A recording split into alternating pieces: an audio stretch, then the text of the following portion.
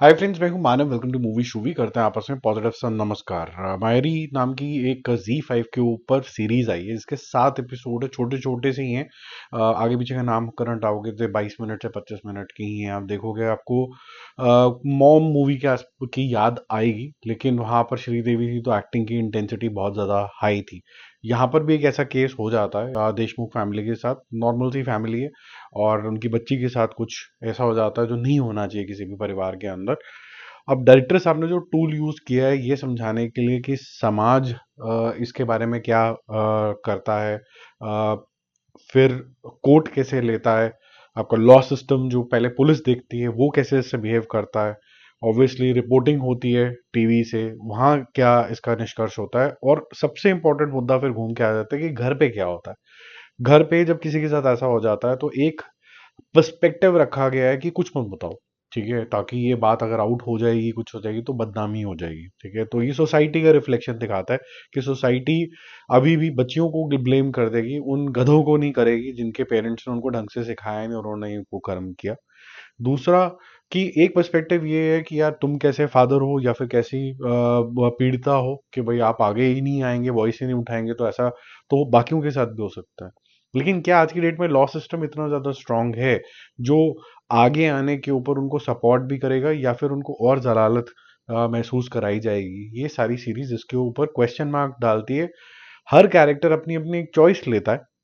जैसे यहाँ पर ये जो मदर है यहाँ पर दिखाई गई है, तारा, वो अपनी एक चॉइस लेती है। हेमंत जो हस्बैंड है वो अपनी डॉटर का साथ देना चाहता है क्योंकि उसको लगता है वो ऑलरेडी बहुत ट्रॉमा के अंदर है, तो मैं उसका साथ दूं और उसका नाम जो है कहीं पर भी ऐसे बाहर ना आए। जो डॉटर है वो भी ऑलरेडी इतनी ज़्यादा स्केयर हो जाती है अगर किसी के साथ ऐसे किसी का होना नहीं चाहिए ये, लेकिन अगर ऐसा हो तो आप घबरा जाते हो। अगर वो लोग इन्फ्लुएंशियल हैं तो ऑब्वियसली वो किसी भी चीज़ को कैसे भी ट्विस्ट कर सकते हैं। हम भारत महान में होता हुआ देख रहे हैं। हम भारत भी बोलते हैं, महान भी बोलते हैं, और उसके अंदर इस तरीके की महानता वाली चीजें भी होती रहती हैं। अब ये कहानी जो है यहाँ पर स्ट्रगल की दिखाई जाती है और उसके बाद ये थोड़ा सा रूपांतर ले लेती है जो कि थोड़ा रिवेंज स्टोरी के अंदर चले जाती है।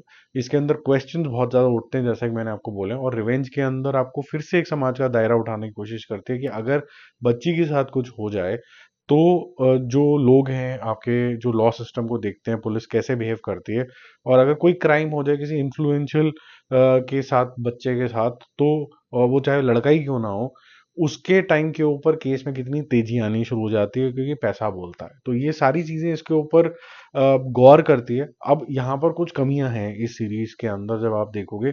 जो इंटेंसिटी आपको फील होनी चाहिए, इमोशन जो फील होना चाहिए, जो एक्टिंग आपको फील होनी चाहिए, वो यहाँ होती है नहीं।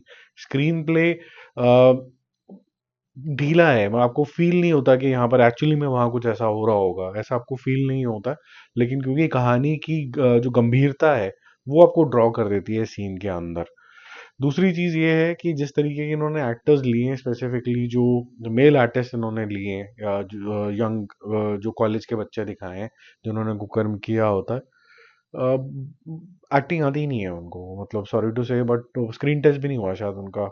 बहुत ही ढीला एक्टिंग यहाँ पर करके दिखाया है उन्होंने। और कुछ अविनाश जो पुलिस इंस्पेक्टर हैं, he could have brought much more on the table because is a good artist. उन्होंने मराठी फिल्में भी बहुत सारी करी हैं और काफ़ी अच्छे अच्छे रोल करे हैं, लेकिन यहाँ पर थोड़ा सा बात बनी नहीं, ठीक है। और जिस तरीके से ये क्रिमिनल एक्टिविटी के अंदर कन्वर्ट हो जाता है वो थोड़ा सा आपको अनरियल लगने लग जाता है, जबकि ये जज्बात में कन्वर्ट होना चाहिए था कि being a lady also she would just take any step to avenge her daughter, so to say, ठीक है। तो उस तरीके से होता है और लास्ट का जो शो डाउन होता है वो थोड़ा सा एमेचोरिश तरीके से दिखाया है। लेकिन ये टॉपिक इतना सेंसिटिव है, आप जस्टिस चाहते हो एज ऑडियंसेस, और डायरेक्टर ने कम से कम इतनी अकल तो लगाई है उन्होंने राइटर के साथ कि एक तो फटाफट से इसके कट कट कट कट करके चीजें निकालो, तो जो इसकी एडिटिंग है वो शार्प है कि भाई आपको कोई भी डिसीजन मेकिंग नहीं देना है किसी भी कैरेक्टर के ऊपर कि इसके कैरेक्टर की चॉइसेस ऐसे क्यों हैं, लेकिन आप एज ऑडियंस इन्फ्लुएंस हो रहे होते हो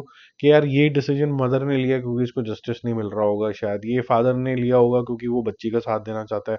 बच्ची ऑलरेडी इतनी सहमी हुई है और उनको समझ भी नहीं आ रहा कि ये जो लॉ सिस्टम है और ये सब चीज़ें हैं, ये बदनामियों के खेल हो जाते हैं, और ये बदनामियां कहाँ से आ रही है, सोसाइटी से आ रही हैं, और सोसाइटी की अकल ही बुद्धि भ्रष्ट है कभी से और अभी तक भी भ्रष्ट ही है। वो भेड़ चाल चलती चली जा रही है सदियों से, वो वैसे ही चलती चली जाएगी। तो ये जो डायरेक्टर ने हुक पकड़ा है मेरे ख्याल से, ये आईना बहुत अच्छे तरीके से दिखाया है। मेरा मूवी शूवी स्कोर इसके लिए रहेगा 3 स्टार आउट ऑफ 5। एक्टिंग और अच्छी होती और थोड़ा सा स्क्रीन प्ले जैसे मैंने बोला था वो इमोशंस हाई कर देता, उसमें म्यूजिक का भी रोल आ जाता है, वो सारी चीज़ें अगर थोड़ी बेटर होती तो ये एक अच्छा वॉच हो सकता था। बट इस तरीके का कंटेंट और भी अवेलेबल है, लेकिन मेरे को लगता है कि अभी भी इसके अंदर बहुत जान है, इस कंटेंट के अंदर और बन सकता था इसके अंदर, लेकिन ज़्यादा अच्छे से जो वेवलेंथ है वो पकड़ी नहीं है, एक्टर्स ने एक दूसरे की कॉम्प्लीमेंट नहीं कर पाए ढंग से। बाकी हम जल्दी मिलेंगे और रिव्यूज और updates. Stay connected, bye bye.